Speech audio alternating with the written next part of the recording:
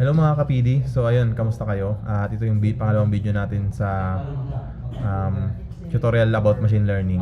So this video is magpo-focus tayo sa concept lang muna.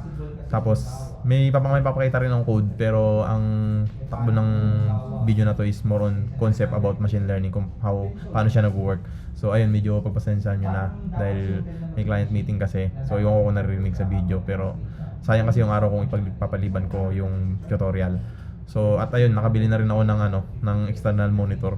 So kasi nga sa next video natin is magko-code na ako. So sa external monitor nandun yung full source code na nabuo na talaga, tapos ipapakita ko sa inyo yung ginagawa ko from scratch pa isa-isa para makita nyo kung paano siya nag-work talaga. So nung una, naisip ko external monitor, kaso nung tumitingin din ako ng price is umabot din ng yung mga portable na external monitor, umabot din ng 9K, 6K. So naisip ko, what if kung na nga lang, iPad na lang yung bilhin ko at magagamit ko rin naman sa mga presentation. So nung una tumitingin ako, ng M1 lang muna target ko. Tapos hanggang sa, sabi ko, unti na lang mandadagdag, what if kung mag-import na lang ako. So hanggang sa, tapos nung nakabili na ako, naisip ko, parang nabibitin ako, kailangan ko ng keyboard din kasi parang magamit ko na rin para ma-remote yung laptop ko. Kasi para hindi ko na siya dadalhin sa bahay. So ayun, ito na. Medyo medyo may kamahalan din. Parang kasing presyo lang din ng laptop pala yung pag binuo mo talaga siya kasama Magic Keyboard. Pero yun nga, okay naman dahil tingin ko magagamit ko naman talaga, magagamit ko rin sa programming. So ngayon lang din ako mag-external monitor. Noong una, hindi ko nga alam kung saan ko siya ilalagay yung arrangement. Noong una, tinry ko sa right para nandito yung code, tapos nandito yung parang kunyari ito yung buong source code, tapos dito yung sa kabila yung Pero ko naman, na-realize ko na nandito kasi sa right yung mouse ko. So kaya tinry ko ngayon sa left. Kaya hindi ako nag-external monitor kasi ang argument ko rin naman doon is hindi ka mo rin naman talaga sabay titingnan yung kasi kayong iba nag-external monitor kasi nandito yung code, tapos sa kabilang monitor yung research pero ang argument ko naman kasi nun is hindi mo rin naman sabay titingnan tapos siyempre parang gaganong lilingon-lingon ka pa, so hindi ka gaya na nagtatab ka na lang, is parang mas madali. Pero ngayon nga na-realize ko sa tutorial kailangan ko talaga ng external monitor. Pero yun nga, medyo napamahal palalo tuloy. Pero okay naman din kasi nga magagamit ko rin naman sa programming. Hindi ko na dinadala yung laptop ko. Ang ginagawa ko pag kailangan na lang talaga, nire-remote ko na lang yung laptop dito sa office. Tapos yung iPad ko naman, sa bahay na lang to. Pero pag gagawa ko ng tutorial na may kailangan ng external monitor, dadalhin ko siya. Yung kung ang halata naman sa video, pero parang sinisipan kasi ako So yun, start na tayo sa concept. So actually, kagaya sa sinabi ko sa previous video, is freestyle yung gagawin ko ngayong tutorial. So hindi siya parang may plan kung ano yung pagkakasunod-sunod. Basta ang gagawin ko lang is parang natural lang na paano ko siya ituturo based sa pagkakaintindi ko dito sa technology na to. So kung hindi mo pa napanood yung last video, is panoorin mo kasi parang doon tayo magbe-base dito sa mga notes na ginawa ko. So tara, start na tayo. So yun, sa nakaraang video ko, pinakita ko na sa inyo to kung yung about mga notes ko sa programming. So ito yung notes ko about sa machine learning. So punta tayo sa ANN, so Artificial Neural Network. So ito muna dito muna tayo magpo-focus, tapos mamaya papakita ko sa inyo yung coding, kung paano siya nag-work. So summary lang naman to nung concept about machine learning. So yan, basahin natin to kasi nga parang maiksi lang naman to. Tapos para mas ma-explain ko rin. So Artificial Neural Network, ANN, are named after the artificial representation of human brain. So yung wait lang, mag-open tayo ng video dito. Ito, Introduction to Neural Network. Hello, welcome. So yun, ito yung una kong pinanood din na video about machine learning, itong sa The Coding Train. Welcome So to maganda panoorin nyo rin to. my Pero video. siyempre, marami kasi itong ano yung playlist, maraming video siya. Pero maganda panoorin nyo rin. Pero ito kasi yung mapapanood nyo sa akin is parang summarize na lang. Saka siyempre Tagalog, mas may explain ko yung base sa pagkakaintindi ko, mas may explain ko sa inyo rin na maayos. Pero kung gusto mo talagang seryosohin tong ano na to, career na to about machine learning, is maganda panoorin mo rin tong But when you are watching this video, right? So, mapapakita lang ako sa inyo dito. Ayan, yan. Yan. So, dito sa notes ko kasi, nakalagay dito is Artificial Neural Network, ANN, is our name, after their artificial representation of the human brain. So, yung ano kasi, yung ibig sabihin kasi na itong artificial neural network. Itong artificial neural network kasi, ano lang naman talaga to, algorithm lang siya sa computer. So ibig sabihin, so di ba marami sa sa computer kasi marami namang iba't ibang type ng algorithm. So kagaya ng mga permutation, bubble sorting. So maraming mga iba't ibang type ng Reed Solomon, yung ano ba yung Reed Code Solomon, nakalimutan ko. Basta maraming mga ito Keras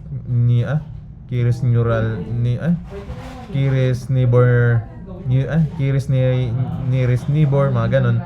So maraming mga algorithm sa computer. Pero itong kasi, yung artificial neural network, parang inspired kasi siya kung how our brain works. Pero hindi talaga siya parang saktong-sakto kasi siyempre sobrang yung science ng behind sa brain natin is parang sobrang lalim. So kahit ngayon, yung mga scientists, hindi pa talaga nila masyadong alam kung how our brain talaga nag-work eh.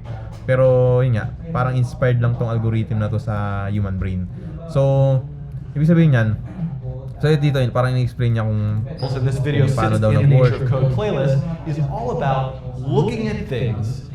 Why are we of code materials? And this video sits in the Nature of Code playlist. Is Parang ibig sabihin kasi ng ito daw, yung ito naman explain niya kasi nga, yung information sa brain natin parang dumadaloy lang. So, all parang about doon siya looking expired. at things. Tapos ito naman, itong image naman na to, lagi natin itong madalas nakikita sa mga machine learning tutorial.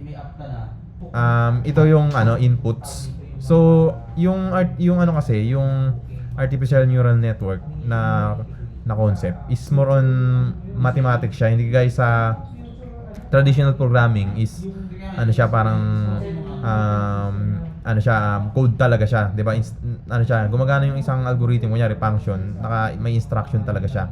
Hindi kagaya nung itong artificial neural network is more on mathematics computation siya. So ngayon, itong yung ibig sabihin nito, yung representation na to, madalas natin nakikita to sa mga machine learning tutorial. Itong mga to, mga numbers lang din talaga yan. Itong mga to, mga numbers yan. Kumbaga parang lang to, visualization nung isang model kung paano siya nag-work. So, ito kunyari may tatlo siyang input. Tapos meron siyang yung input na to, numbers to. Kadalasan ng ginagamit nilang numbers dito is nagre-range siya 0 to 1. So, siya parang floating point number. Hindi siya parang number na 13, mga ganyan, 25, ganun. Parang yun, kung mayroon ka namang number niyan, i-convert mo yun to floating point, to 0 to 1 na number, yung inyong input niya. Tapos, yung ito naman, yung hidden layer. Kumbaga ito, yung bawat number kasi na yan, kino-compute yan gamit yung matrix multiplication. Kaya kung mapapansin mo, bawat number, parang nakaturo dito sa mga to. Kasi nga, kunyari, meron kang number 1, 0, 1, 2. Tapos meron ka rin ditong hidden layer na mga number din. Yung multiply mo yan, bawat isa dyan. Bawat itong number na to. Tapos, yung pag na-multiply mo yan, isasum mo siya. Isasum, ibig sabihin, i-add-in mo yung mga total nun. Tapos, yun yung magiging value niya na. Tapos, pag yung magiging value naman na yun, i-multiply mo ulit papunta dito. So, more on multiplication lang talaga tong yung machine learning. Madalas, pero siyempre may mga rin, yung minus, yung pag-update ng weights. So, basta more on lang, MIMDAS, parang ganyan. Tapos siyempre, doon naman yun naman yung pinaka-fundamentals na mathematics eh. Tapos yung siyempre gagamit ka na rin ng mga partial derivatives, pero yung partial derivatives is ano lang din naman yun. Yung derivatives, partial derivatives, yung nandun din naman yung multiplication, division. So parang doon lang talaga iikot to. So ngayon, so ibig sabihin, itong machine learning is ano talaga siya. So kaya masasabi ko na parang new career siya. Ibig sabihin, or kunyari programmer ka. So ano ka talaga, master ka talaga sa programming, kunyari OOP, mga procedural programming, functional programming, so itong yung machine learning, parang pag inaral mo to, parang back to basic ka talaga. Kasi parang new new skill. So ako naman, yung naging challenge ko nung inaral ko tong machine learning, kasi nga siyempre puro math siya, di ba? So yan yung aralin mo yung linear algebra, kasi sa linear algebra nandun yung matrix computation, matrix multiplication, yung dot product.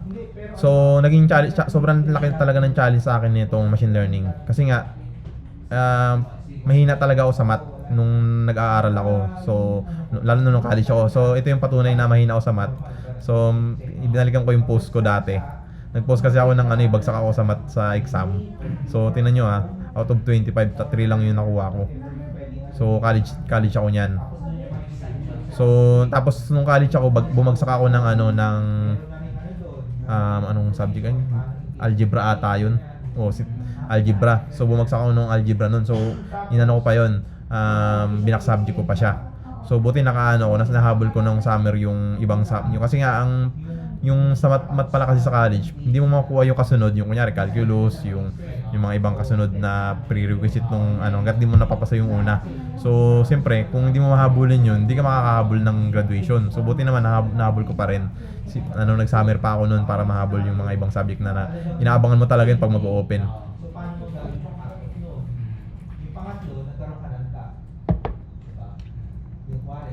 So yun. So balik na tayo dito sa artificial dito sa notes natin. So ang hindi ko alam kung gaano ka maging mahaba tong video na to eh. Pero tapusin natin lahat ng concept about machine learning. Tapos sa next, focus na tayo sa concept na may coding na rin. So NN is a subset of machine learning. ML. NN is a subset of machine learning ML that mimics the human brain to recognize pattern and make prediction. So itong yung artificial neural network is siya, parang parang mas applicable siya sa mga problem na may kinalaman sa pattern. So siyempre, mostly naman ng mga mostly naman ng mga human problem is more on pattern, di ba? Hindi pero siya, may mga kahinaan din naman siya kagaya ng mga talaga, yung pure na formula talaga. So kunyari, yung mga calculation, kasi nga parang hindi na talaga pattern yun, gagamit ka na talaga ng calculator. Pero siyempre, sa dami mo rin namang training data na binibigay sa machine learning, medyo kahit paano na-solve niya rin naman yun.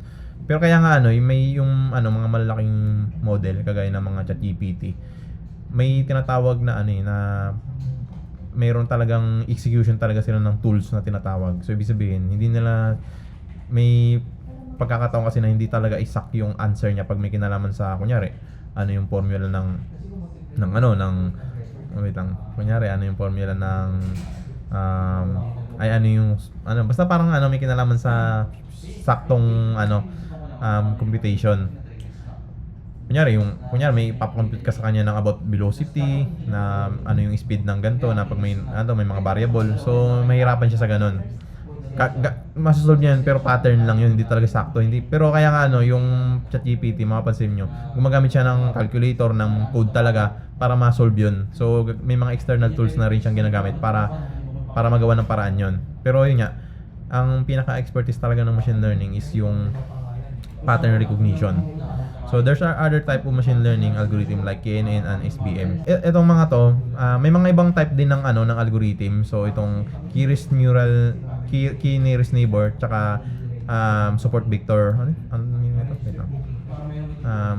Support vector machine. So hindi ko siya ganong alam kasi nga hindi ko naman to nagagamit. Pero itong key nearest neighbor, nagamit ko to sa sa facial recognition. So ibig sabihin parang ano niya, kukunin niya yung pinaka nearest na value ng mga vectors. So, ano siya, may mga ito yung mga type din ng machine learning algorithm. So, hindi lang ibig sabihin, hindi lang ML yung yung parang machine learning algorithm. May mga iba rin kagaya na itong mga to. So, siguro may iba pa, pero sa tutorial na to magpo-focus tayo sa ANN. So, ML is often used to automate tasks that are easy for human but difficult for machine. Yung ML kasi parang yung pinaka niya, kung saan siya mas pinaka-applicable. Yung mga tasks na mahirap sa machine pero madali sa human. So ano yung kagaya nun? Kunyari, may mga images ka, cat, dog. Madali lang sa human na ma-determine yun kung anong, pag pinakita sa human, kunyari anong hayop to, cat. Tapos yung isa naman, dog. So madaling ma-determine ng human kung anong mga type ng hayop yun. Pero sa machine, sa kasi, sa computer naman, kung hindi ka gagamit ng ng artificial neural network, kung gagamit mo yung traditional programming, magko-condition ka based sa pixel or images, mahirap siya. So, doon na papasok yung ML, yung machine learning. So, based sa mga data, aaralin niya yung pattern nun. Tapos, pag may mga data na hindi niya na kunyari bago, na hindi naman doon sa training data, is matututunan, ma-determine niya na yun. Kasi nga, may training mo siya doon sa labeled data, tapos sa mga hindi labeled, sa mga unknown data, ma-determine niya na yun. Kasi nga, parang yung network na natuto na doon sa mga sa mga labeled data. So yun nga, hindi ito yung tutorial na to is freestyle, pero kung mapansin nyo, sobrang summarize kasi ng notes ko, kaya parang based sa dito yung ma-explain ko na agad. Kasi bumabalik agad sa sa isip ko yung about nga line by line ng code nung notes na to. So yun nga, next tayo. A neural network is often referred to as universal function approximator. So tinawag din siyang universal function approximator kasi ang concept nito, yung programming dati. So siyempre may function ka. Kunyari may ka diyan, may gagawa ka ng, tapos may output ka na y, di ba? Kunyari sample yan yung output mo. Tapos dito meron kang condition. Kunyari if x equal to ganyan, example yan, tapos return mo yan. So, dito sa loob ng function, nandito yung instruction mo. So, ikaw magagawa niyan. Tapos, based sa instruction, yun yung magiging output mo sa condition mo nun. Ngayon, ang machine learning kasi, kaya siya tinawag na universal approximator kasi wala ka nito. Wala kang, ganyan lang siya. Tapos, meron kang data dito. Kunyari, meron kang output. Tapos, yung function mo na kunyari x. Wala pala itong pangalan, kunyari so kunyari may ganyang function. Yan. Tapos meron ang data. Ganyan, di ba? So ngayon, yung meron kang expected na na level dun sa mo. Kunyari ang expected mo niyan 8, number lang naman kasi ito eh. Tapos ang predict niya 7. So magkakaroon ng ng error. So magkakaroon ng error yan. So error equals output. Hindi. Tama, output minus level. So ngayon yung error na to, ito yung gagamitin mo para ma-adjust mo yung mga parameter dito sa loob. So ganun siya, ibig sabihin kaya siya tinawag na universal kasi wala talaga siyang specific algorithm dun, specific na instruction dun sa loob. Kumbaga, based sa data, gagawa siya ng sarili niyang algorithm based sa data na binibigay mo sa kanya. So ganun siya nag-work, kaya tinawag din siyang universal function.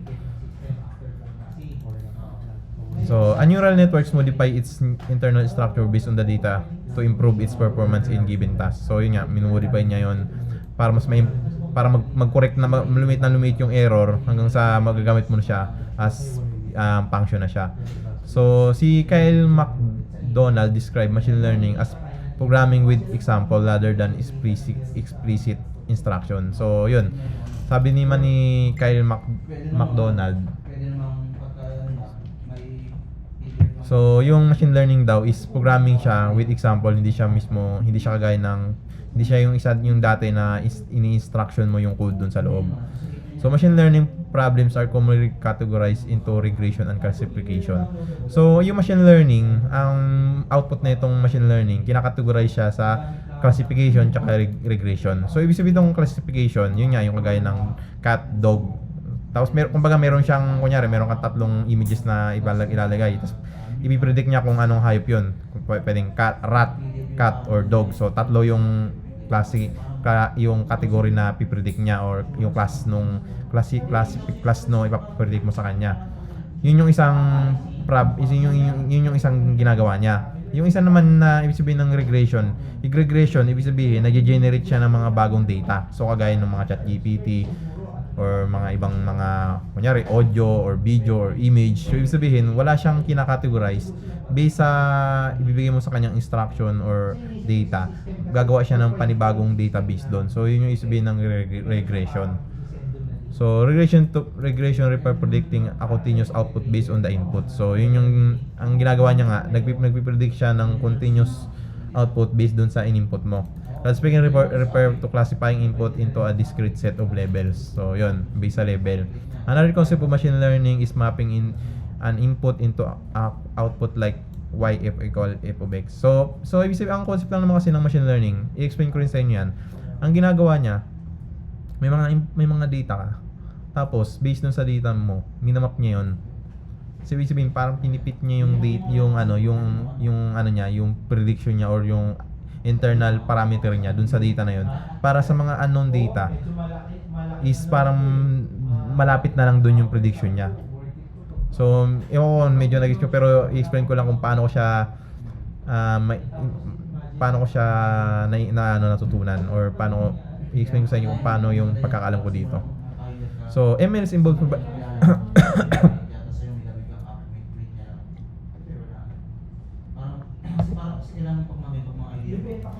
ML involves providing data with answer and letting the computer find the rules. So, dapat nga dito man na to. So, yan, ML involves, parang ang sabihin nito, yun nga, yung meron kang mga data na label, tapos yung computer mismo yung gagawa ng internal rules niya. So parang siya yung mismong gagawa ng instruction niya. So actually yun nga, yung machine learning, hindi ka na talaga magpo-program dito nung gusto mong output ng function.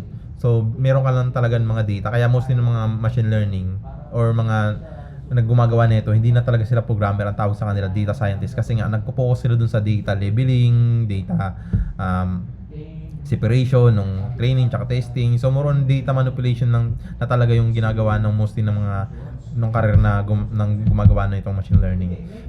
May programming man, pero sobrang na talaga sobrang easy na lang, kasi hindi guys sa pag gumagawa talaga ng application, mostly talaga mga umabot ng 1,000, 3,000 or 2,000 or pinakamagandang code na pag umabot ng 200, 500 na line of codes. Pero dito sa machine learning, hindi na umaabot ng ganong karami yung kasi mostly kasi dito para mostly na mga code dito is more on mathematics calculation. So yun, yun yung pinaka basic concept ng machine learning. Next naman tayo dito sa perception. Perception? Ano ko perceptron to? Wait lang mali. Perceptron. Yan, di ba? Yan, perceptron. Baka to yung inoto-correct nung notepad ko. Hindi ko napansin. So, yun, perceptron. Itong kasi, artificial neural network. Network na to ng perceptron. So, itong perceptron, ito yung parang pinaka simple algorithm niya. Napakalupit ng idea na ito So, yung yung concept ng machine learning nung artificial neural network sobrang maraming rin na talaga nag-revolutionize na nito. So, pero mas naging ano siya, kung titingnan natin sa ChatGPT, what is the inventor of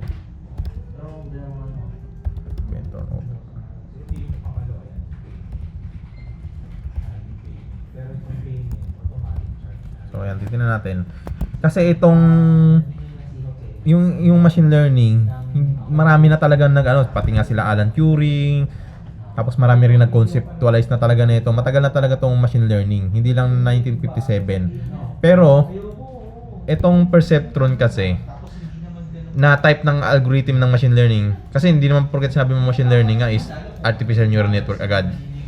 So kagaya nito marami nga rin namang iba. So kung titingnan natin, kagaya nun ni Alan Turing so 1950 pa nga siya. So marami rin naman. Kung mapansin nyo, hindi nga dito binanggit si parang close bet. Ito pala, binanggit niya rin He invaded perceptron in 1950. So si parang Rosenblatt. Si Frank Rosenblatt. Tingnan nyo guys kung paano inaaral yung isang idea. Sinusimulan ko talaga sa pinaka basic concept hanggang sa kahit paano history. Kasi ewan ko, ganun ako mag-aral para mas detailed talaga, mas naiintindihan ko yung isang knowledge So, yun nga, balik tayo.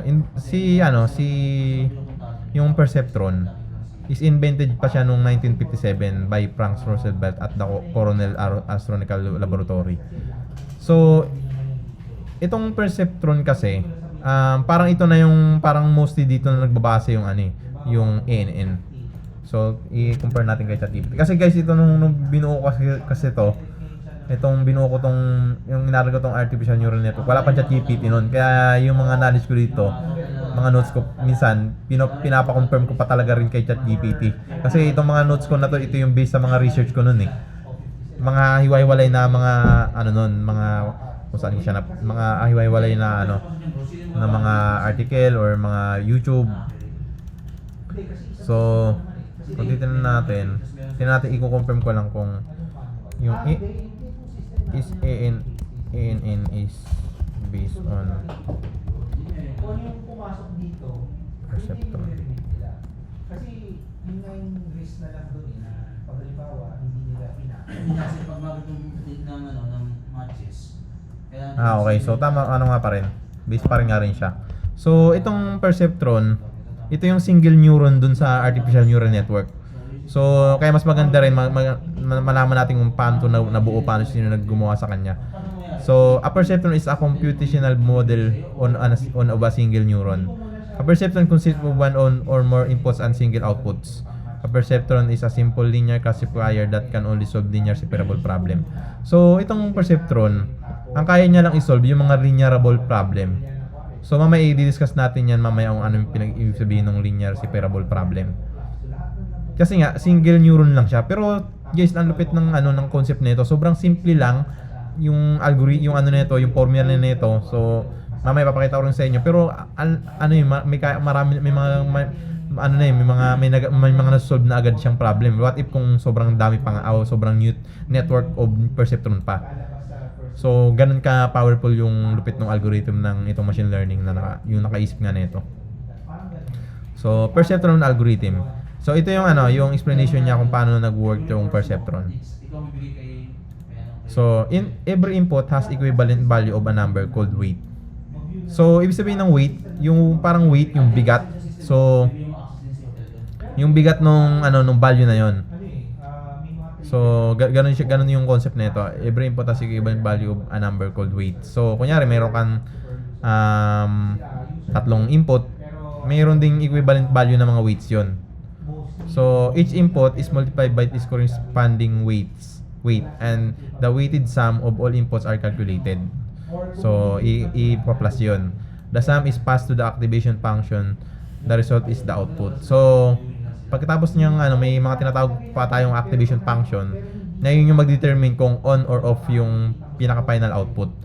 The only the perceptions need to track are the weights. So, So ito yung kailangan nating i-track, yung weights, kasi ito yung kailangan nating input kasi hindi na natin kayang baguhin yung yung value nun. So yung base sa weights, doon tayo mag-a-adjust kung ano yung tamang output. So ganun siya. Itong weights, huwag kayo masyadong malilito dito, pero number lang yan na 0 to 1. So may mga terms kasi dito na parang kala mo ang lalim, pero pag inintindi mo talaga, yun lang pala yun. So yun. Ngayon, di ko alam kung magkakasya yung buong concept na sa isang video lang, pero tingnan natin kasi nga nakalimutan ko kasi yung charger ko sa bahay. So Monday ngayon. So inuwi ko yung laptop ko kasi nga siyempre Saturday, Sunday. So nakalimutan ko dalhin yung Pero tingnan natin kung hanggang anong, baka i-continue ko na lang yung concept na to, pero isang video pa rin. So yun, yung weight is a numeric, ito na yung sabihin ng weight naman. Weight is a numeric value that controls the signal between the two neurons. So number lang din naman siya na kinokontrol niya yung signal sa yung dalawang neurons nga. Two neurons. It can change based on the information flowing through it. So ibig sabihin yun nga, yung explanation ko dito, kunyari ito yung mga weights, mga yan. Bawat araw na yan, mga weights yan. Tapos ito yung dami ng input mo. So nagpo-flow lang diyan, parang niloop mo lang yan. Tapos pag na-calculate mo, loop mo na naman dito. Ganun lang nag-work yan.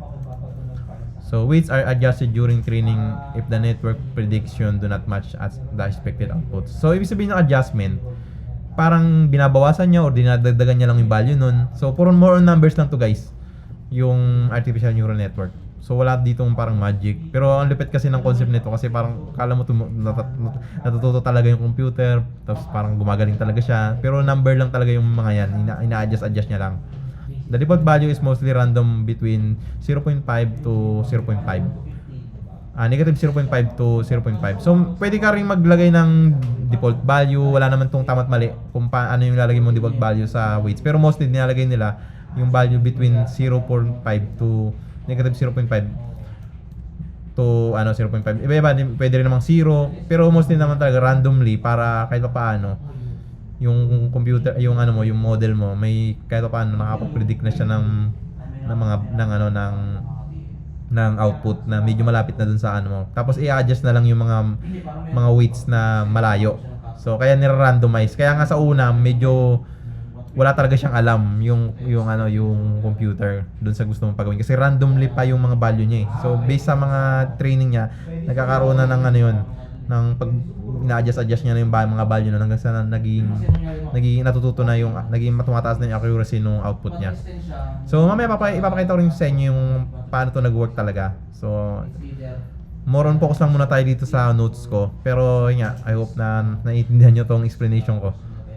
So, activation function. So, di ba may weights? Tapos dito naman tayo sa activation function, yung concept. So, the activation function decide the perception whether to fire or not. So, yung output kasi ng weights, di ba may input, tapos may weights ka. I-multiply mo yon, tapos magkakaroon siyempre ng result yon. Yung result na yon, yung value na yun, raw value pa yon. So, ibig sabihin, hindi pa siya talaga yung mapapakinabangan mong input na value. So, mayroon pa tayong activation function kung kung magpa-fire ba yun or hindi. Kumbaga parang ang lang naman kasi nito concept yes or no parang 0 or 1. Kasi ang output ng weights possible na 0.8, negative 0.0, hindi siya talaga 1 or 0. So yung base activation function yun yung magdi-determine kung 0 ka ba or 1. So yun yung concept ng activation function. Pero depende, iba-iba rin kasi may mga activation function din na iba-iba yung input output tsaka yung output niya. So depende, pero mostly ganun yung concept ng activation function. So fire or not, the activation function make neural network extreme flexible and impart the capability of estimate non-linear data. So dahil sa activation function, siya na rin yung nag-determine ng mga non-linear na-solve niya rin yung mga non-linear data. So activation function can be Gaussian, logistic, sigmoid, ito yung mga type na iba't ibang type ng activation function. Parabolic tangent, ReLU, rectified linear unit, or even simple linear function. So may iba't ibang type ng activation function. The sigmoid function is the oldest and most popular activation function. So itong sigmoid function kasi parang ito yung napadaling i-implement eh. Tsaka parang mostly ito sa mga kunyari mga baguhan nag-aaral, mas madalas ito yung mga examples. So kagaya nitong tutorial dito, sigmoid function yung ginamit niya sa ito, the coding train. So rectified linear unit is a widely used activation function introduced in 2011, offering efficiency and improved convergence speed. So yan, may mga ano na rin kasi. Siyempre, habang yung technology, habang tumatagal, nagkakaroon na rin ng innovation. So may mga bagong activation na rin na nagagawa. So ito namang logits. Logits are the raw output of outputs produced by neural network. Final linear transform before the activation function. So ibig sabihin ng logits, madalas nyo itong mababasa or makikita na ibig sabihin yung logits, ito yung raw output nung machine learning bago niya ipapasa dun sa activation function. So yun lang naman ibig sabihin yung logits eh. So di ko alam kung may mga ano pa dito, may mga magandang so wala, yun lang naman yung pinakang concept niyan. So itong bias din, mahalaga rin itong bias. Pero basahin nyo na lang kung kailangan nyo talagang intindihin to. So bias has been added to the output and always value of 1 and also weighted. So itong bias, parang ano rin to, parang di ba may input ka, kunyari ang input mo dalawa, kunyari example lang ito yung input mo dalawa, may dalawa kang input. Tapos nilalagyan niya ng isa pang input na hindi galing mismo sa user. Ang tawag doon bias. So basta may ano rin to, may use din tong bias. Ipapakita ko sa inyo yung pag nag-ano tayo sa code. Pero ang isipin lang naman ng bias, parang ano rin, input lang din siya na ang madalas ang value niya 1. So tingnan natin, sabi dito, yan 1. Pero mayroong siyang weight. Yung weight na yun, ina-adjust din yun. So yun lang yung concept nun. Yun lang yung basic lang yung concept ng bias. So tingnan natin kung mayroong mahalagang dito. Mahalagang notes dito sa ko. Every perceptron has its own bias term, which always is to adjust the decision boundary. You can initialize the bias weight to 0, but it is usually set to a small non-zero value to ensure learning. So madalas daw yung weights ng bias is madalas 0 or pwede rin namang yung mas malapit lang sa 0 kagaya ng epsilon, ganyan. Bias is similar to the constant b of a linear. It's allowed to you to move the line up and down to fit and prediction. So yun, kagaya na ito, ang gandang explanation nito. Yung bias daw, hindi ko alam kung tinan ko muna dito kung meron tayong mga example ng image. So yan. Ito, kasi ibig sabihin mo kasi ng linear, ito yung linear. So ibig sabihin diretso lang siya. Ngayon, may point 0 ka, tapos meron kang point na pangalawa, point A, point B. Ang bias, ang ginagawa na itong bias, siya yung nag-move up and down. Pag wala kasing bias, itong muna to, yung titingnan natin kung titingnan natin yung code niyan. So ito yan, di ba? So kung titingnan natin yung code niyan. So ito yung code niyan. Okay, close ko nga muna para hindi magulo.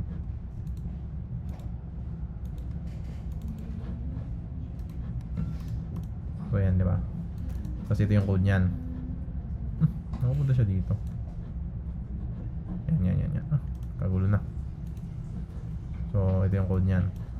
Kung makapansin natin, siya yung B. Yun yung B. Kung titingnan mo tanggalin natin itong B na. Try lang natin. Hindi ko to alam kung ano mangyayari. So ayun mapapansin nyo guys. Yung mapapansin nyo, yung line, nasa gitna lang siya. Gumagalaw pa rin siya kagaya nung isa, nung kanina. Pwede ba ito i-refresh? So, tinan nyo Back. Tinan nyo, hindi siya umangat. So, yun yung use ng bias. So, pag inan natin ulit, ayun umangat na siya. Diba? So, yan yung use ng bias. Pero, yung input mo X, yung input mo X, tapos ito yung formula ng MX plus B ng ito yung ano yung formula ng line. So, yan oh. 'Di ba? Kung walang B, hindi yan aangat. Oh. 'Di ba? Nandiyan lang siya sa baba. Pero kung may B, pak. Ayun, umaangat siya. So, yun yung use ng bias.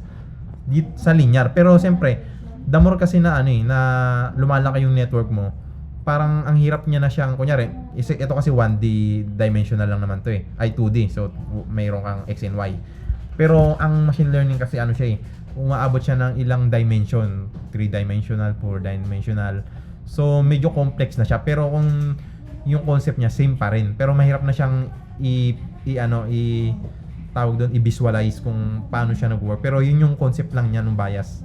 Parang siya yung mag-move nung para mag-fit yung kasi ang sabi ko sa inyo, ang concept ng machine learning, example, ito yung model. Tingnan niyo, ito yung model. Kunyari, example, may mga data ka. Kunyari, meron kang data dito na kunyari, dito yung cat. Mga data mo na cat. Meron ka naman mga data dito na dog. Diba, data? Kunyari, ito yung training data niya.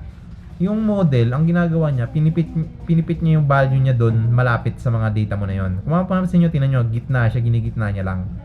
Para kunyari, may mga bago kang data dito, kunyari dito banda na mga hindi niya alam, malapit lang doon yung prediction niya. So, ganun yung concept ng machine learning. So, ngayon yung bias, siya yung mag-aangat baba nung model mo, nung value ng model mo. So, balik na tayo ulit sa notes. So, without the bias, the line will always go through the origin 0. So, yun nga, lagi lang siya nandito. So, yun, buti mayroon akong may visualize natin. So, backpropagation.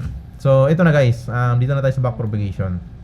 So, yan, medyo, I hope na naintindihan nyo yung mula dito hanggang dito. Tapos, backpropagation, ito yung pinakamahalaga na mahirap dito sa machine learning. Hindi naman sa mahirap, kumbaga parang, ang kasi, kung mapansin nyo nga, sobrang dali lang ng concept. 'Di ba? Meron kang input, tapos meron kang weights. Ang gagawin mo lang diyan, i-multiply mo lang 'yan. Sobrang dali lang 'yan. Kahit grade school kayang gawin 'yan. Tapos siyempre magkakaroon ng output 'yan. So ganyan lang yung concept ng ng itong perceptron. Ganyan lang yung concept niya. Siyempre ito, yan, matrix multiplication yan. Multiple input yan, multiple weights. Pero ganyan lang yung concept. Ngayon, ang medyo challenge lang dito, yung forwarding madali So, ang nito, yung medyo ako depende naman sa'yo kung mas magaling ka pala sa math. Pero para sa akin, medyo dito ako nahirapan na sa backpropagation. So, ito backpropagation, ito na yung titraining mo na yung network. So, hindi naman hindi naman sobrang hirap talaga kasi, yun nga. Ako kasi, may ako sa math. So, lahat talaga ng topic sa math, binalikan ko para lang maaral talaga tong, yung knowledge na to. So, dito sa backpropagation, tingnan natin yung notes ko. So, yun nga, hindi siya scripted na tutorial. So, kung ano yung nasa notes ko, tapos kung ano yung maalala ko, yun yung i-explain ko. So, backpropagation is a supervised learning algorithm used in deep learning and neural network. So, yung backpropagation is algorithm din siya. So, ibig sabihin supervised. So, parang sinusupervise mo yung yung learning algorithm, sinusupervise mo yung neural network. So, ibig sabihin nun, meron kang mga data, label data na based doon sa data na yon, i-adjust mo yung parameter ng network. Backpropagation is used to update the weights by determining the loss or error. So, i-update niya based sa kung gaano kalaki yung error mo. So, ito rin, medyo i-explain ko rin sa inyo kasi nung una nalilito ako dito sa error tsaka loss Ibig pares lang siya pero hindi talaga siya directly yung gagamitin mo pang update hindi siya directly kasi nga kukumputin mo pa yung grade yan based dun sa derivatives nung yung function na yon. So, mamaya after mas i-explain ko pa yun mamaya after nito. In supervised learning, the goal is to minimize the difference between the predicted and the actual output. So, ibig sabihin nun, pinapaliit mo yung layo nung predicted tsaka kung ano talaga yung label output. So, yan, parang medyo hindi mo masyadong pinapalayo. So kasi based pag sobrang layo, tumataas din yung error. So ang error hindi naman ibig sabihin nagkaka-error siya, ibig sabihin yung value niya malayo dun sa pinipredict niyang output. Backpropagation enables this by calculating the gradient of the loss with respect to the weights. We are updated using optimization algorithm. So, yun nga. Yung backpropagation daw, enable niya yung kinakalculate niya yung gradients. So, itong gradients, nung una ko naririnig itong gradients, parang gradient design. Nakala ko parang yung gradient na color, parang ganun. So, yun yung unang pumapasok sa isip ko. Pero, hindi siya ganun eh. So, ewan ko lang kung ano yung pag narinig nyo yung gradients. Pero siyempre, nung matagal, naaral ko talaga to. Ang ibig sabihin na pala na itong gradients is, formula siya ng, derivative siya nung, parang kung ma-explain. Basta i-explain ko, may ano ko sa inyo. Parang siyang derivatives, gradients is the derivative nung linear function. So, ewan ko, mabivisualize natin dito. So, kasi diba may point tayo, kunyari, point A. Tapos meron tayong point B. Ngayon, yung gradient is ito. Yung, di ko alam kung na-imagine nyo. Wala kasi tayong ano eh. Basta, lalagyan na natin ng ano yan. Ng ibang ano yan. Focus tayo dyan sa gradient. Doon sa coding na natin gagawin yan. Mayroon explain dito sa ano eh. Sa notes lang. So, basta ang gradients yan yung ano is yung gradients. Ano lang dito. Huwag kayong masyadong para mako-confuse. Ang gradients is value lang din yan. Ibig sabihin yung value na kailangan mong i-update dun sa weights kung gaano kalaki or yung rate of change na kailangan mong i-update dun sa parameter no weights. So yun lang yung sabihin ng gradients. Kasi maraming mga nung na-realize ko rin, siyempre nung nag-start ako ng machine learning, ng games, dun ako masyado kahit pa paano nag-aaral ng math. Maraming mga malalim na terms yung mathematics. Pero pag inintindi mo siya, parang, yun lang pala yun. So, yun yung kagaya nito, gradients, parang akala mo lalim. Pero yun lang pala yun. The law of the loss respects with the weights calculation the chain rules. So, the backpropagation involves, saan ba ako? Weights respects the update of the backpropagation algorithm involves two main step: forward propagation, backpropagation. So, una, ipo-forward niya muna, siyempre, kailangan niya muna malaman kung ano yung output nun. Tapos based doon sa output, i-calculate mo yung level, tapos makukuha mo yung error. Tapos kakalculate mo na nga yung gradient. In backpropagation, the gradients of the loss with respect to the weights are calculated using chain rules of calculation, calculus. So actually guys, kagaya na ito yung una kong notes. Matagal lang, siyempre yun yung una kong, ito yung mga notes ko nung unang nag-aaral ako na itong machine learning. Nung nalaman ko matagalan, siyempre marami mga project na rin ako natapos dito sa artificial neural network. Na-realize ko mali pala to. Ibig sabihin, kasi nung na-realize ko maraming way pala na makalculate yung gradients. So akala ko dati chain rule lang. So maraming way na makalculate yung gradients. Merong mga tinatawag na auto calculation, meron ding power rule. So si chain rule kasi siyempre marami kasing i-chain mo yung mga weights marami kasi yun. Pero yun nga, hindi lang yun yung way ng pag-calculate ng gradients. Maraming way pala ng pag-calculate ng gradients. Kasi yung gradients yung output ng derivatives yun. Maraming way to calculate yung derivatives The gradients are used, di ko alam guys, hindi ako mathematic expert talaga. So, pero yung mga sinasabi ko sa inyo, based sa kung ano yung natutunan ko, mas maganda nga kung mayroong math expert talaga, tapos may mag-comment kung ano-ano issue talaga, para mas matuto rin talaga rin ako. So, based sa, ang tinuturo ko, based sa pagkakaintindi ko, tsaka siyempre, may mga nagawa rin akong product or project based dito. So, open naman ako na to learn din. Kung mali, edi mas okay. Mas tinatama pa natin, di ba? So, pero yun nga, pagkakaintindi ko, hindi lang chain rules yung way to calculate the gradients. Kasi may mga tinatawag rin na autograd. So, ibig sabihin, hindi mo na siya kinakalculate automatic niya na rin kinakalculate yung gradients. Kasi itong gradients, i-define mo rin nito yung mga formula nito. The gradients are used by optimizer to update the weights is in the opposite direction which reduce the loss. So yan, the gradients are used by the optimizer. So yung naman pag-update ng weights, ang tawag naman doon optimizer na function. So mayroon ka rin namang function na how you update. Pwede rin namang yung stochastic gradient descent.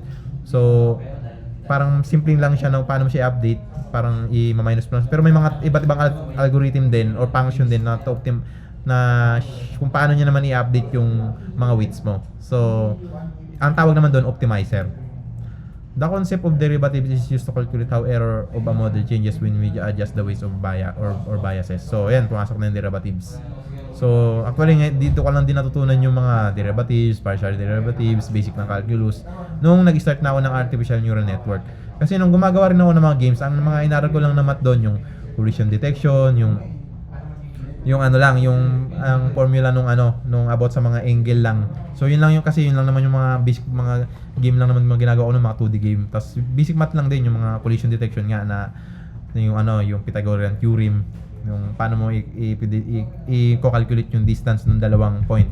Pero dito naman sa artificial neural network, mas maraming math dito kaysa dun sa paggagawa ng games.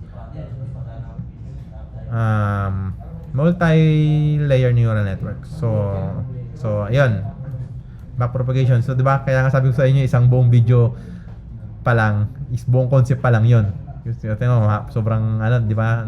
Nandito pa lang tayo sa backpropagation. Meron pa tayong mga iba dito, hidden layer. So ayun, malapit na rin naman. Tapos I hope na naiintindihan niyo 'to. Multi-neural network. Multi-neural network. A single neural network can solve so ito. So alam na iwan ko mas na-explain ko na maayos yung backpropagation, bias, activation function. So multi-neural net. Concept pa lang naman to guys. So mas mayroon pa talaga tayong coding talaga. Kasi actually para sa akin as pagiging dev, mas nagigits ko yung actual Pero siyempre mas maganda meron ka pa rin kahit papaano background or overview dun sa gusto mong gawin or sa inaaral mo. Kasi kung mas mahirap kung wala talaga, zero talaga, tapos rekta ka na agad dun. Pero siyempre mas doon natin magigit sa actual talaga Pero at least kahit paano, medyo kahit paano, alam natin yung basic concept. So a single neural network can solve and or not, but it can solve the source or X nor. So yun nga, yung perceptron, kaya niya lang i-solve yung mga and or not, mga ganyang mga linear na mga problem. So, kung titingnan natin dito, in nature, in our physical world, and trying to unpack those things. Si Daniel yung pangalan nung YouTuber na to sa The Coding Train. I mean, let's make this a square. So yun guys, yung code ko na to, actually ako talaga gumawa nito kasi nga yung code naman ni Daniel, gumamit siya ng anong library ito? P5.js. So ako kasi ginawa ko siya sa pure JavaScript lang, walang library na ginamit. So, pero yung mga concept, tas ito, ginalagyan ako lang gumawa rin nito kasi nga gusto kong malaman, yung mas maintindihan ko yung Cartesian plane. Kasi nga ang concept kasi ng canvas nandito yung zero So, gumawa ko ng parang tawag doon, yung tinawag ko dito. Coordinates. Gumawa ko ng coordinates dito. Ako lang din nag-code. So, explain ko sa inyo yan, i-code natin yan from scratch para mas maintindihan nyo rin. So, gumawa ko ng coordinates para mas magets ko kung paasan yung zero, talaga. Kasi nga, pag canvas kasi dito nagmumula yung zero Tapos dito yung yung height niya tsaka width dito. So, para mahirap kung dito ako mag-uumpisa. Kaya gumawa ko ng sariling Cartesian plane na minamap niya yung value ng mouse tsaka dun sa coordinates. So, na-inspire lang din naman. Palagay na ko rin naman sa kanya dito yung concept ng coordinates. Pero yun nga, kinod ko ng sarili. So it looks a little less weird. Ito. -1 or +1. So there's only Ito yung four tinatawag nating possibilities. If it's supposed to be a -1, I could guess a -1 Yung or a +1. kung ano yung kayang If it's isolve supposed to ng be a perceptron, +1, I could yung get linear. here where you can sort of see. Ayun Ito, kasi kagaya nito, parang hindi mo kayang, ang concept kasi ng hindi ko alam saan ba dito. Yan ako tinuro niya, diniscuss niya yun. Kung paano nag-work yung linear separable data, tsaka ng linear. Gumamit siya ng linear algebra nun So, yun guys, nag-search na lang ako ng image. Pero ito nakita ko rin yung yung explanation ni Daniel. Ito yung video na yun. One here, and now I have all the truths in here and the falses outside of there. This means a single perceptron. So yun, ang ibig sabihin nito, yung yung single perceptron na concept, hindi niya kayang i-solve yung ganitong problem. Non-linear ano siya, separable. Kasi 'di ba, example ito. Ito yung tinatawag na linear separable na problem na data. Ibig sabihin, meron kang data dito, meron ka data dito na gusto mo lang siyang i-predict kung nasan yung hati ng dalawang data. Ito yung kagaya nito ng mga non-linear. So ibig sabihin may curve na siya. So ibig sabihin linear kasi linear, 'di ba? Linear, ibig sabihin diretso. So ito yung mga non-linear na data. So kagaya nito nga. Bisa example niya. Yung end, kaya mong isolve siya ng ano eh. Tingnan natin dito kung nandito yung sample niya. Ayan o. Operator, Ayan o. Lahat dito true. So, anong ano niya to? which you might, we could have a So, ibig sabihin nito, true, anong ano niya ba to? True, true, true. True, false, true.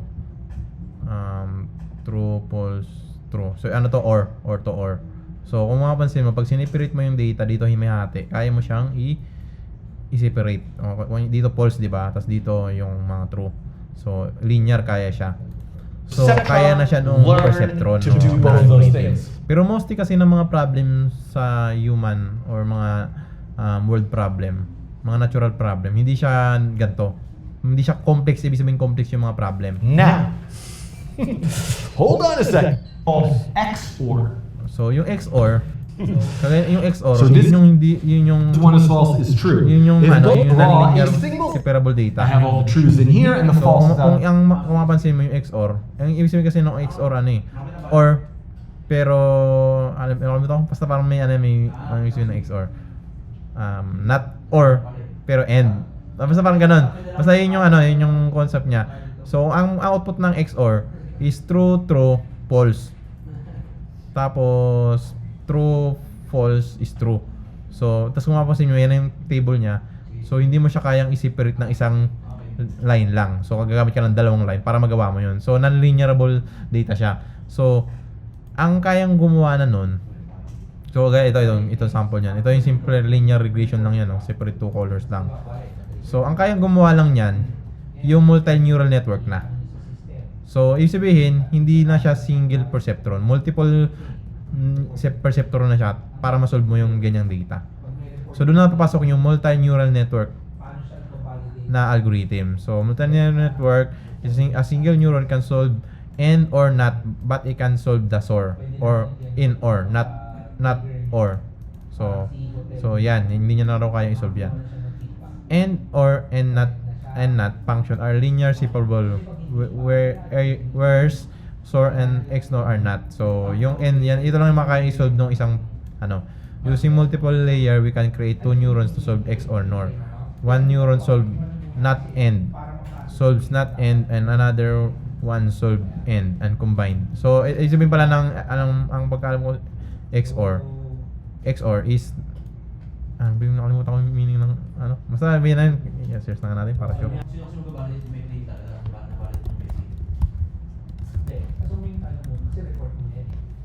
Ayun, exclusive OR. Stand for exclusive OR. It can logical operate that output true only when exactly one of the two input values are true.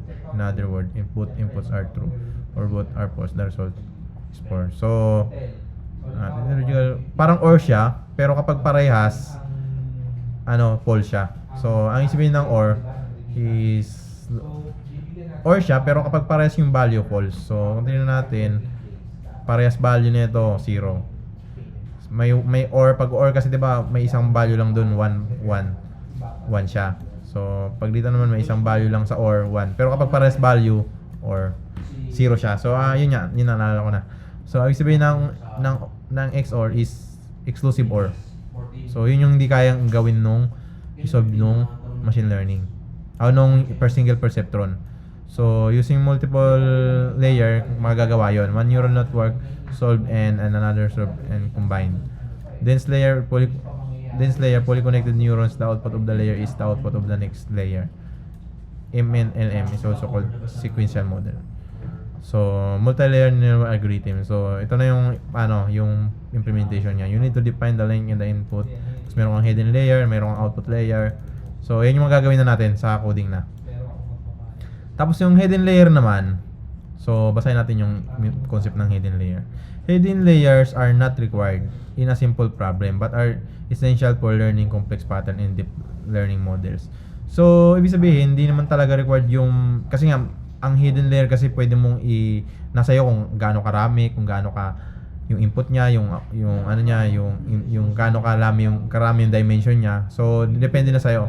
Pero ano kasi, the more na malawak, marami kang parameters sa neural network, yung na-realize ko, the more na mas tumatalino yung machine learning kasi nga siyempre maraming data yung ano. Pero may disadvantage din siyempre. Marami kang data na kailangan i-train, mabagal siyang i-train. Pero siyempre, the more na malawak yung mga network niya, gumaganda rin yung accuracy niya. So sa akin, ginagawa ko lang naman, paano ko minomodel paano ko gumagawa ng model is binabalance ko rin. So, if no hidden layers, the input is dependent to the other other input. Kasi ano yung ginawa ko na ito, nung gumagawa ko ng inaaral ko, ini-experiment ko tinatanggal ko yung hidden layer, gumagana rin naman. Rekta na input, output agad. Wala nang hidden layer. Pero mas mataas yung accuracy niya pag may hidden layer. Multi-hidden layer give neural net opportunity to learn multiple levels of abstraction. So, of the original input data before arriving at the final output layer. So, papakita ko sa inyo guys yung yung neural network na walang hidden layer.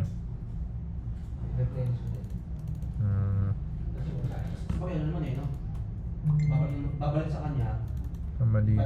Ito to. Kagaya nito guys. Ito wala tong hidden layer. Pag magre-renew ng policy, pwede niya i-refund yun. Pero masistay pa rin yun. Paano niya, paris lang niya ipagkaw sa parang brand. Ayan o. Ito, rekta to. Input sabay output agad. So, ang ginawa ko kasi dito, binivisualize ko yung weights nung output. So, kapag may hidden layer kasi, hindi mo na hindi mo na mabivisualize ng rekta. So, kung mapansin, dumataas din yung accuracy niya. Pero walang hidden layer yan So, kung titignan natin yung structure nung niyan.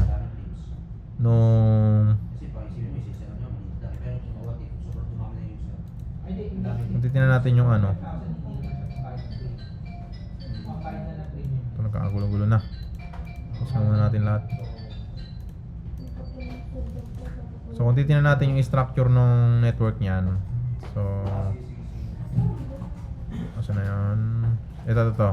Kung mapansin nyo, ito. Size nung input. Tapos yung output. So, dalawa lang. Meron kang input na layer. Tapos meron kang output layer. So, wala siyang hidden layer. So, pero tumataas pa rin yung accuracy niya. So, ibig sabihin yung hidden layer nga, optional. Pero mas madalas ginagamit talaga sa mga neural network So, kasi nga mas bago pumunta sa output, nagkakaroon ng abstraction muna bago dun sa pinaka-final output. So, kaya mas maganda yung accuracy niya. The weights of the hidden layer are interdependent.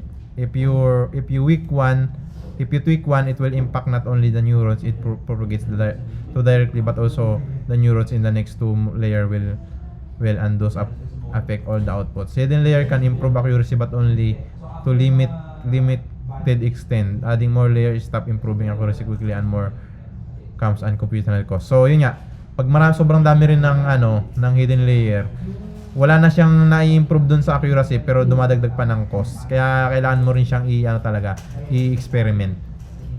So yun yung concept ng hidden layer. Pero huwag kayo masyadong ma-confuse kasi ang hidden layer is same lang din siya sa output. Ibig sabihin ng hidden layer, tinawag siyang hidden layer kasi saan ba yung natin sample na image. So yung kanina, basta siya yung gitna. So yun kaya siya tinawag na hidden layer kasi nasa gitna siya bago yung output. So overfitting na concept. Yung sige, basahin muna natin bago ko explain. Overfitting occurs when a model learn pattern to specific to training data used to ability to generate new data. So, ang nangyari kasi guys, 'di ba, tinitraining nyo yung model. So, kagaya nito, tinitraining mo.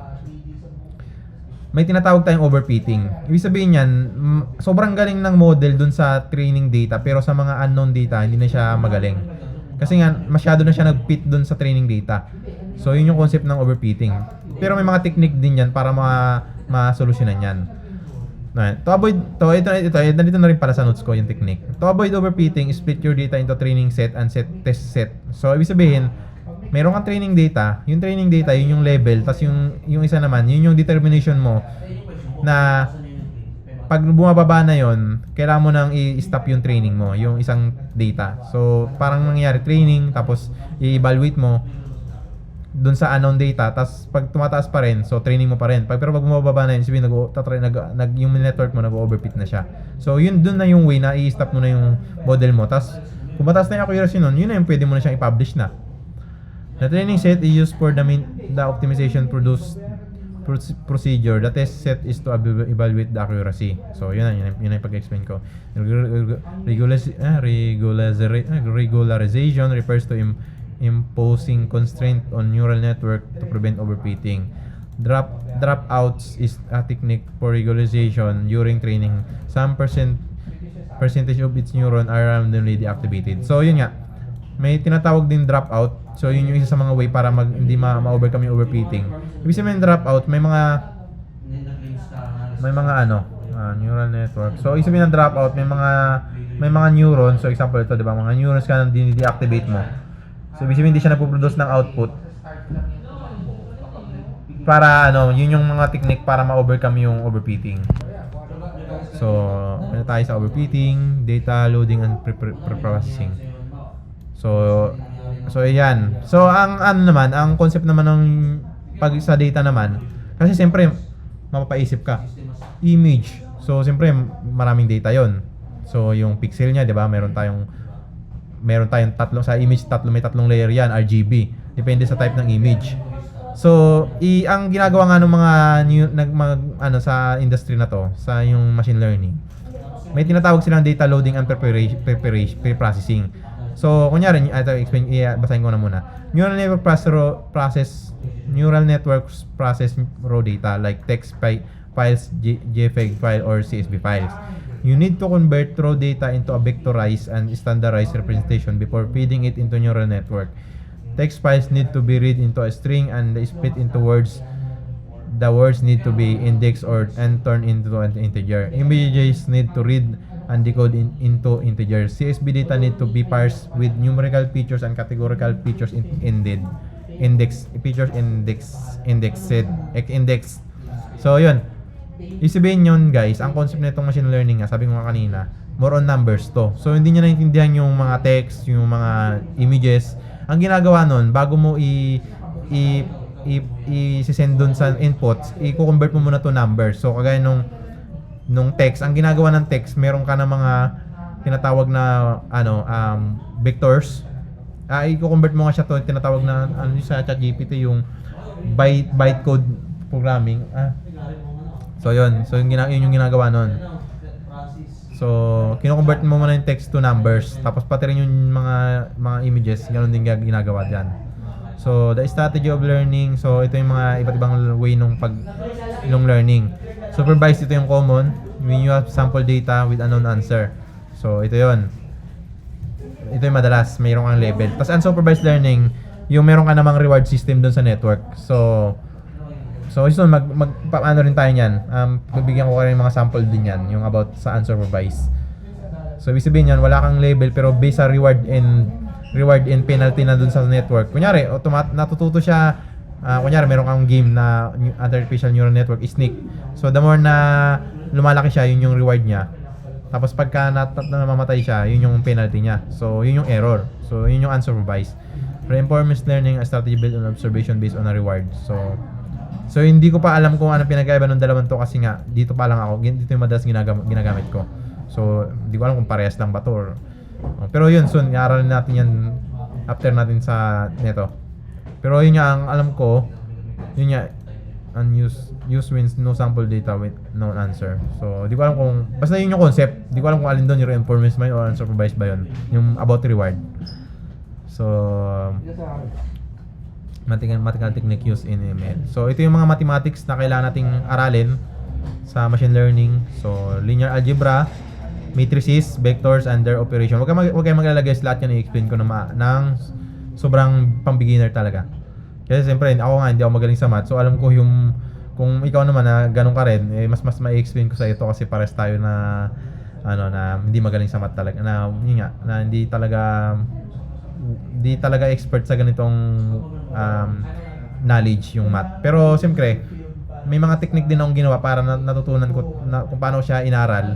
So, yun yung mga sa susunod nating mga video kung paano magpo-focus naman tayo sa mathematics. So, ito yung mga calculus, partial derivatives and gradient descent, optimized theory, gradient descent, stochastic gradient descent, and Newton's method and momentum-based optimizer, statistics, descriptive statistic, hypothesis. Pero mostly naman guys ang pinakakailangan lang dito yung matrices tsaka gradient descent. Tapos yung iba kasi dito mga defined na rin naman na algorithm. Tapos siyempre mas maganda ngayon kasi may ChatGPT. So mas madaling mag-aral ngayon. So application of neural network. So ito yung madalas na ginagamit yung artificial neural network. So yun nga, pattern recognition, example artificial recognition, optical character recognition, yung OCR. So ibig sabihin naman ito, optical character recognition, yung based sa image, pinipredict niya yung mga letters doon, yung mga character doon. So yun, time series prediction. So example, ito mga ano naman to sa mga stack rise o mga yan. Tapos signal processing, for example, filter out unnecessary noise. So yun yung mga application niya. Meron din mga self-driving car, controls naman yung sa mga hardware, soft sensor, so virtual sensor that use machine learning models to infer values from multiple sensor reading. So pag marami ka ng mga multiple sensor, anomaly detection, it can also use when something doesn't fit the pattern. So mostly ito ginagamit to ng Facebook, kunyari yung mabilis kang mag-like or mabilis kang mag-message. So hindi siya yung parang na-detect niya na agad yung mga pattern na yon. So NLP, so ito yung madalas ngayon, yung mga ChatGPT, so include task sentiment analysis, language translation, and chatbots. So ito yung ngayon. Pero ang mga na-try ko pa lang ngayon dito, ito facial recognition, pattern, tsaka itong NLP. Yan yung palang yung mga na-try ko, pero yung mga wala pa ako. Hindi ko pa na-try yung mga ibang application ng neural network. So ito hindi ko pa to buo yung mga example nito. Pero yan lang yung kanina sinabi ko sa mga